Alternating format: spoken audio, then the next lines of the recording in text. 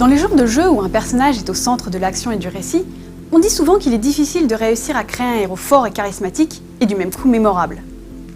Beaucoup s'accordent à penser que la série vampirique des Legacy of Kain, développée par Silicon Knights, a réussi l'exploit de créer pas moins de 2 héros de cette trempe. Ou anti-héros, c'est selon. Le premier épisode, Blood Omen, sorti en 1996, ainsi que sa suite indirecte, Blood Omen 2, sorti en 2002, place Kain comme protagoniste principal.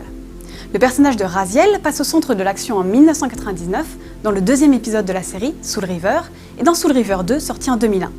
Il devient dès lors l'opposant de Kain, et c'est de leur rivalité que va émerger l'un des principaux intérêts de la série. Le paroxysme est atteint avec l'épisode Defiance, conclusion magistrale qui regroupe les deux personnages jouables l'un après l'autre dans un même épisode. Mais replaçons un peu les éléments dans leur contexte. L'action se passe dans le monde de Nosgoth, et les différents jeux construisent progressivement un puzzle autour des origines de cet univers.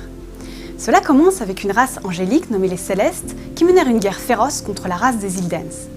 À la fin, ces derniers furent emprisonnés derrière une barrière de 9 colonnes gardée par 9 gardiens. Mais dans un dernier souffle, ils infligèrent à leurs ennemis célestes la malédiction du vampirisme. Bien plus tard, Ariel, la gardienne du pilier de l'équilibre, est assassinée, et sa mort déclenche alors une série d'événements pouvant entraîner la fin de Nosgoth. C'est là que naît l'humain Kain, dont la destinée est de prendre la place d'Ariel. Mais Kain est aussi assassiné. Il est alors ressuscité par Mortanus le nécromancien, un membre du Cercle des Neuf, qui lui offre la chance de se venger.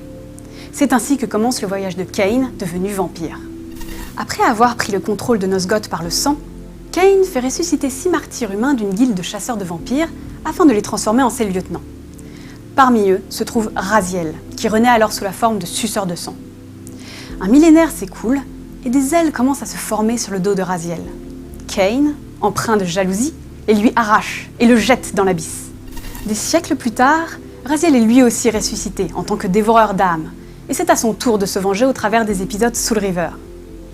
Blood Omen 2 est au final une version modifiée du passé de Kain suite aux événements de Soul River 2, et Defiance constitue le véritable affrontement entre les deux héros.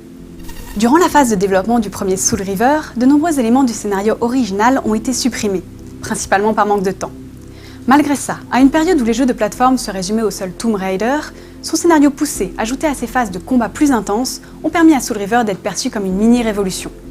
D'autant plus qu'il fut l'un des premiers à utiliser la technologie de morphing de l'environnement quand Raziel passe de la sphère matérielle à la sphère spectrale. En 2014, c'est désormais Square Enix, en possession de la licence après leur achat d'Eidos, qui tente un nouveau virage de la licence en proposant une nouvelle visite du monde de Nosgoth au travers d'un free-to-play.